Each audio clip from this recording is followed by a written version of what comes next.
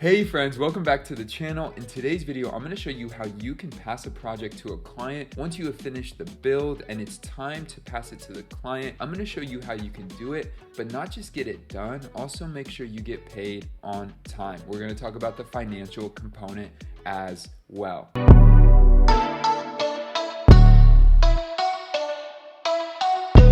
All right, so when it comes time to pass a project to a client, there are three key steps that you want to focus on that we're going to go through now. Number one, you get final payment from the client. Number two, once you get final payment, you send them admin access. Once they accept access, you then give them ownership. That's all of part two, and we'll go into more detail in this whole video. And then part three, which is the fun part, is you train them or you get them up and running, which you get the site paid for, and then you could train them and then you go live. So we're gonna walk through all those details because there's a lot of ways that can flow. But right now, let's start with number one. So number one, you wanna get paid before you go live or before you give ownership of the site. That way you ensure that you work with the client's motivation. I always talk about that. Work with the client's motivation to get the site live to make sure you get payment. If the site goes live and you haven't gotten payment yet, well, that could delay the whole process of payment because then it's not a priority. So include it as a priority. Let the client know this is how I do it in the email. Once we've gone through our final revision, which is our second revision, I then send an email when I deliver the revision. I say, hey, the changes you requested are done. And then the second part is next steps. To launch your site by this and this day, or to launch your site to get it up and live, this is what we need to do next. The next step is that you do final payment, and that way I can give you ownership of the site. So this is the important part. You start to communicate your process so the client knows what to expect. You're not saying, hey, you need to pay me and then we could do it. It's just, this is the process. And that way we can get it up and running and get it live for you. Now, there may be a few other ways you want to word that depending on if they need to connect the domain, if they already have a live website, if you're transferring a site, things like that. You just consider that for yourself. But that email, you give them a link to make a payment via QuickBooks, PayPal, whatever you use, Honeybooks, whatever you use. And then from there, once you do that, then when they make payment, we go to step two. Step two is backend access. To be able to do training and give ownership of the site, they have to accept backend access. So you just go to settings, permissions, and then invite a contributor.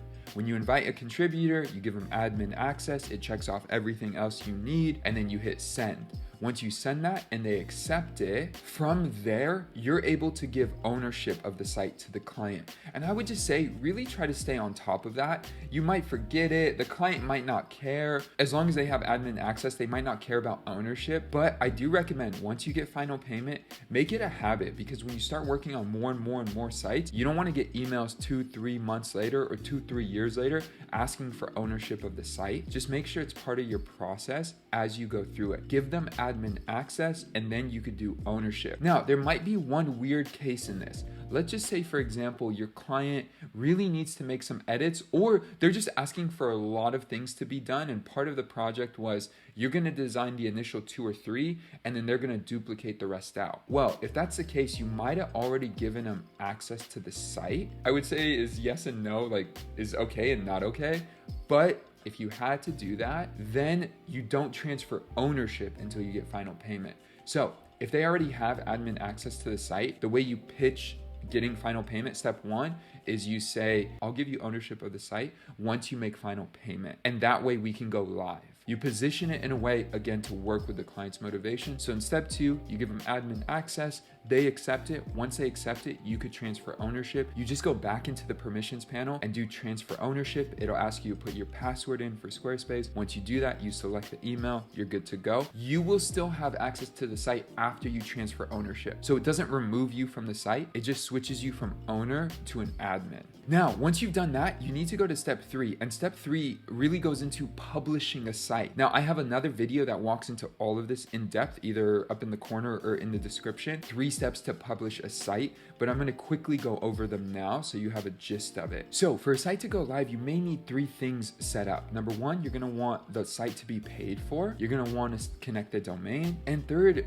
as you're working with a client, you may want to train the client on how to change text, images, things like that. If you don't want to train the client, or you don't have that as part of the scope of work, send them to our YouTube channel. We have a whole playlist of videos that are perfect for them. How to edit a footer, how to change text, how to change image, how to make images clickable, so you don't have to worry about that in the future. We have a ton of content for you that could be really helpful. But with that said, what I'd focus on is, at this point, if you're working with a client, now they've made payment, step 1. Step 2, you've given them ownership of the site. Step 3 is you plan the launch day.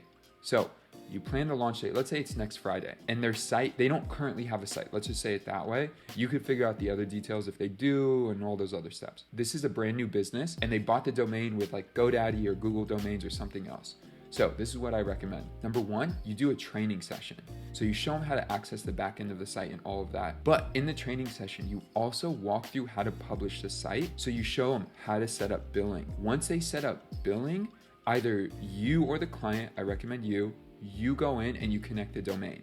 GoDaddy's super simple, Google Domains is super simple, and if you don't know DNS records, we have a mini course that you could check out down below that'll show you how to connect your DNS records perfectly, properly, and quickly. Sometimes this thing takes like 72 hours or whatever. It should happen within a few hours. Most cases it does if you do it right the first time and you don't risk breaking a client's site or it not being secure, any of that stuff, which becomes a hot mess if that does happen. Cool, so I'm saying a lot, I'm covering all the details. Let me summarize this step 3 one more time. This is like launch and training. So now we're in this part where we're launching the site. So you cannot launch a URL if you haven't paid for the site. So make sure you get the site paid for first. Then you connect the URL. You figure out when the best time to do that is, but you connect it. And then you make the site public. So it could be private or it could be password protected. It doesn't automatically go public once you pay for it. So those 3 steps are how you get a site live. You just plan it with a client and you go from there. So once I've given them admin access to the site, part 2, part 3, step 3 is then I plan training and launch. And typically training happens before launch.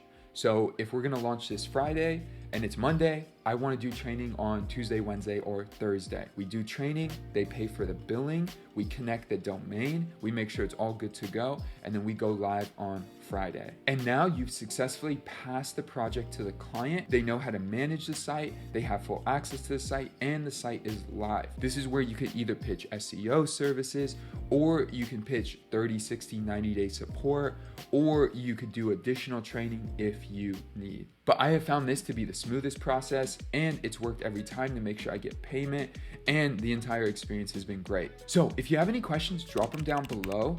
If you have value from the video, hit the like button. And if you want more content like this, we publish 3 videos a week on Squarespace and other cool tech stuff. So if you want more content like this, subscribe. With that, I'll see you guys in the next video. Peace.